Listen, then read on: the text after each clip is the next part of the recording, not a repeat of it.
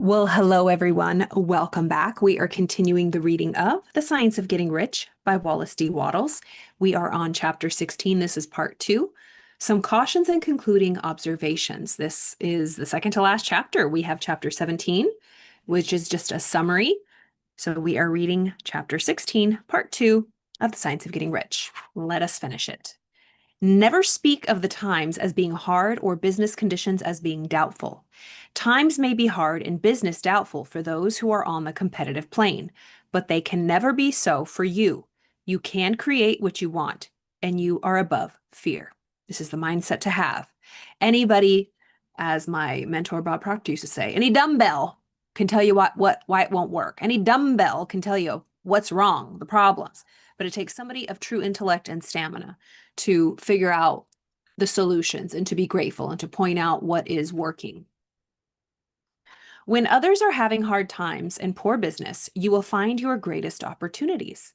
Train yourself to think of and to look upon the world as something which is becoming, which is growing, and to regard seeming evil as being only that which is undeveloped. That's the truth. Evil is ignorance at its finest, ignorance on steroids, because ignorance breeds fear. It brings anxiety, it brings worry, it brings doubt, and it leads to death. Ignorance leads to death and many other terrible things. So train yourself to think of the good, look upon the good. Think of this world as ever growing, always learning knowledge, always gaining knowledge, growing with the times. Business in every category, in every industry will always grow. And if you don't grow with it, you get left behind. I always think of Blockbuster, Kodak cameras, remember Pac Bell, Pacific Bell? I don't even know if they're still around. Anyways, companies that just went out of business because they did not pivot with the times. They got left behind. They didn't, what's it called? Reinvent themselves. So always speak in terms of advancement. To do otherwise is to deny your faith, and to deny your faith is to lose it. Ooh, always speak in advancement. Always growing. Growth mindset, positive mindset, PMA, positive mental attitude. Never allow yourself to feel disappointed. You may expect, okay, this was written, I don't know when this was written, but when he says never allow yourself to feel disappointed, the therapist in me would say, yes, allow yourself to feel disappointed, acknowledge it, and move right out of it, because we can't deny or shove down the way we feel. And I think what he means by this is don't ever allow yourself to just stay in disappointment. It's kind of like the buildings of the penthouse and all the different frequencies when we find ourselves in an emotional basement feeling really crappy. That's okay. That's human. But let's just not stay there and dwell there and set up shop there and think that that's the only place we can ever dwell. So don't allow yourself to stay in disappointment. You may expect to have a certain thing at a certain time and not get it at that time. This will seem to be a failure. But if you hold your faith, you will find that the failure is only apparent. Go on in a certain way, and if you do not receive that thing, you will receive something so much better that you will see the seeming failure was a prelude to great success. That's like, again, Napoleon Hill says, within every adversity, within every failure, within every heartbreak, within every disappointment, carries within it a seed of equal or greater benefit. So don't ever allow yourself to, he says, feel disappointed, but don't ever allow yourself to stay in that disappointment and feel like it's permanent or that it's some life sentence. Trust that if it didn't work out for you, it's okay to be bummed out, but keep that faith that something better is going to come along. It's this or something better, okay? And it helps us to be detached from it, because when we're so clingy, especially to things outside of us, whether they be businesses, opportunities, jobs, money, people, okay, you're screwed. Truly, you are. Never put your point of support outside of you. You can have all the loving relationships you want. Marriage, a great partner, a spouse, children, pets, parents, but it's the whole bird in the branch. Where do you have your faith? Is it in the branches of life, the things outside of us, like people, like jobs, like situations, financial, bank accounts, our health, our bill of health? These are all things outside of us, our bodies outside of us, even. But the faith lies within you. You are the bird on the branch. You have faith in your own wings, no matter what happens to those branches.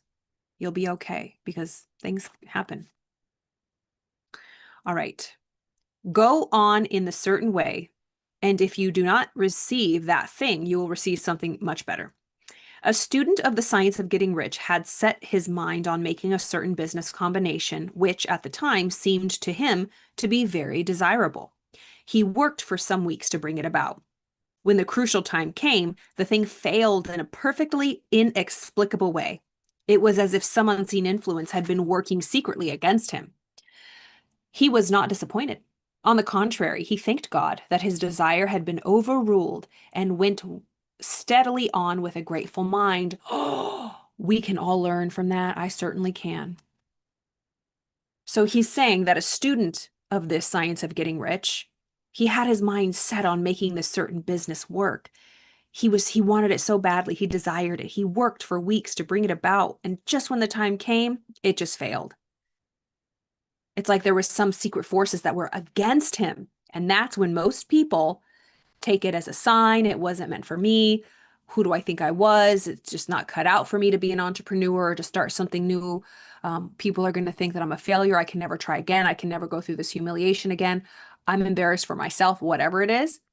He said, with all of that happening, he was not disappointed.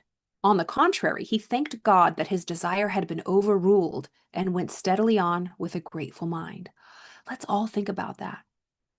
When things aren't going our way, remember, thy will be done, not my will be done.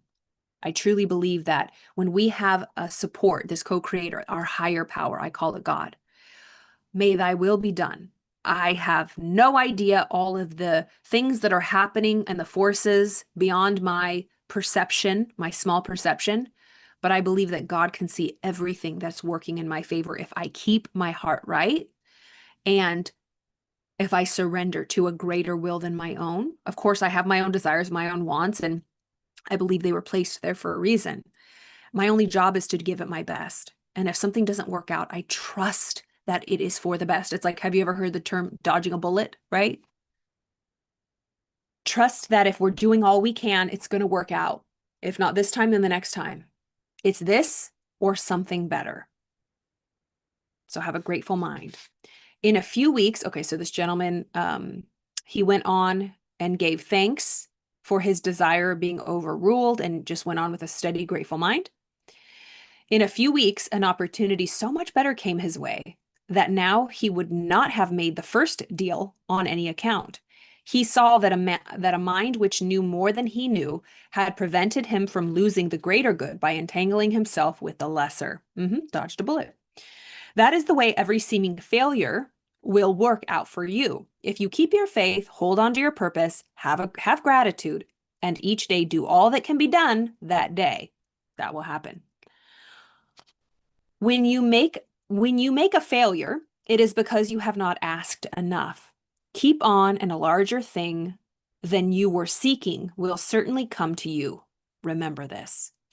You will not fail because you lack the necessary talent to do what you wish to do. If you go on as I have directed, you will develop all the talent that is necessary for doing your work. It is not within the scope of this book to deal with the science of cultivating talent, but it is as certain and simple as the process of getting rich. However, do not hesitate or waver for fear that you will come to a place where you will fail for lack of ability. Keep right on, and when you come to that place, the ability will be furnished to you. Again, we read a few chapters back. If there is a desire in your heart, that is proof that you have everything you need to do it. You might not have been born with the natural talent, but if you truly have the desire of your heart, and it's something that just keeps knocking and it won't leave you alone, and you really want to do it, you can learn the skill to the best of your ability because it will fulfill that desire within you. So Wallace D. Wattles is saying there is nothing that we have true desire for that we're not capable of learning. And there is nothing that we are super, super good at that we don't truly want to do. You know what I mean? Like the desire for something proves that you have everything in you to do it. And he says, if there is, what did he say? If there's something that you don't want to do, like if there's no desire behind something, it will never happen, basically. It's like you have to have that burning desire, not just some like fleeting fancy or trying to please somebody else or, look cool for other people or do it because other people are doing it. You know what you truly love. You know the desires of your heart, the pure desires of your heart. And Wallace D. Wattles is saying that you can make it happen. So he says, it is not within the scope of this book to deal with the science of cultivating talents, but it is as certain and simple as the process of getting rich. However, do not hesitate or waver for fear that you will come to a place where you will fail or lack the ability. Keep right on. And when you come to see that place, the ability will be furnished to you. You'll have everything you need. All the provisions will be given, my friend. The same source of ability which enabled the untaught Lincoln to do the greatest work in the government ever accomplished by a single man is open to you. You may draw upon the thinking mind to use in meeting and responsibilities which are laid upon you. Proceed in full faith. Study this book. Make it your constant companion until you have mastered all the ideas contained in it. While you are getting firmly established in this faith, you will do well to give up most recreations and pleasures and to stay away from places where conflicting ideas are advanced in lectures or sermons. He talked a little bit about that. Be wary of, especially when it comes to religious or other doctrines or dogmas that preach fear, poverty, try to make you feel less than, having this false humility, this you are selfish for wanting what you want. He says you're going to stay away from all of these things because you can't afford it when you're going after what your heart desires to be fully yourself. Spend most of your leisure time in contemplating your vision, in cultivating gratitude, and in reading this book. It contains all you need to know of the science of getting rich, and you will find all the essentials summed up in the following chapter. Dun, dun, dun. And that's what we'll continue. It's the summary of the science of getting rich. Chapter 17 will we continue tomorrow, my friends. And if you missed any of the previous readings, be sure to like and subscribe over on YouTube if you're not here already. There's a playlist, many playlists, but a playlist of all the previous readings here of the science of getting rich. If you wanted to work with me one-on-one, all of the information is below. How to work with me. I have one-on-one, one-off sessions. I have packages, 4-session packages, especially if you want to dive into the EMDR, the eye movement desensitization and reprocessing around your goals, around any blocks you have, counter intentions. If you just feel stuck, if you're navigating through difficult times in business and relationships, I love to really infuse the therapeutic modalities that I have. I also have support in groups weekly. I have the Penthouse Frequency. We had an amazing call. Is today Thursday? Yeah. Yesterday was Wednesday. We have calls every Wednesday. And then every 2 months, we have for the Penthouse VIP tier, it's a tier up. It includes everything in the Penthouse Frequency, which are weekly live group calls plus bonuses. But we have 2 90-minute subconscious reprogramming sessions where I guide you through live IFS, internal family systems, EFT tapping onto rewire our subconscious. And this month's theme is counter intentions and negative limiting beliefs, the weed seeds, as I call it. We are exploring the gardens of our minds. Really, we're exploring our body, what's happening in our body when we think about our goal. What is stopping? What energy is stuck and not allowing us to receive and to make movement? Because we might be making progressive movement, but not as fast as we would like. And so it's not so much us having to do more, it's releasing it's like, they're like anchors on our feet. And when we snip those anchors, we're going to fly forward. And that's usually when people say, oh, I had a quantum leap. Oh, my timeline's collapsed. Overnight success or whatever. It's not that you did more. It's that you cut off the old. You released what is no longer serving you. You switched your beliefs. I posted yesterday, I think, the reading that I did on beliefs. It is impossible to not believe what you see. And it is also just as equally impossible to see something you don't believe.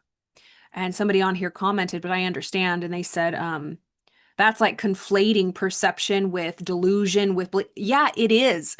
It absolutely is. Because that's what A Course in Miracles does. It challenges our whole entire perception of this physical universe.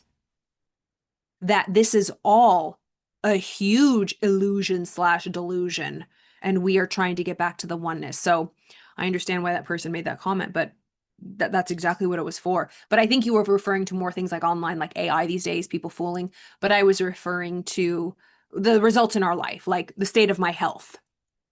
I'm going to only see it when I believe it. Like if I um, have, 10 extra pounds that I want to release, that's never gonna happen. I will never see that on the scale or in the mirror unless I believe it first. It's about self-image. It's like self-image, self-concept work. The image we hold in our mind truly dictates what we experience out here. If I never see myself as a business owner, if I don't believe I could be a business owner, I ain't ever going to see it in the 3D world. Not, I wasn't really referring to seeing like, and I think I used bad examples. I was like, oh, I have this phone in my hand. I believe I have it in my hand because I could see it. But this could be a paperweight, just, looking like a phone. You know what I mean? But that it was an interesting point to make because, with all of this AI, I mean, listen, I think if you have to question if it's AI, it most likely is, especially these days. If something looks a little off or a little weird, like there has been some videos, and I feel bad for the younger generation. I mean, maybe they know, but there's some people that believe it. My heart goes out to older generations that are getting tricked and bamboozled. I mean, not just by AI, but like Fisher emails and calls. It's the baby boomers, man. They have it bad. They're getting preyed on. So yeah. Anyways, that was a tangent. That was a basement thought. Whoop. Let's protect everybody and our loved ones and just, pay attention. But my thing was, if you use your intuition, if you use your discernment and you vibe it out, you suss it out and you look at the post or whatever it is, you will understand that it's, not real. But anyways, that was a long tangent, but yeah, we have to use our spidey sense, our sixth sense to discern what is AI these days and what isn't. But anyways, I hope you're having a beautiful week. It's July 17th. It's my oldest nephew's birthday. Happy birthday to my angel baby. Where is he? Here he is. This was when he was a baby. Let me dust this off. Look at him. Look at that angel. God bless that angel baby boy. He's 15. I can't believe it. 15 years ago. It flies by. Anyways, I still talk to him like he's a baby. And he gets embarrassed. But anyways, okay. Have a wonderful evening. All the information is below. I look forward to seeing you tomorrow. Have a good night.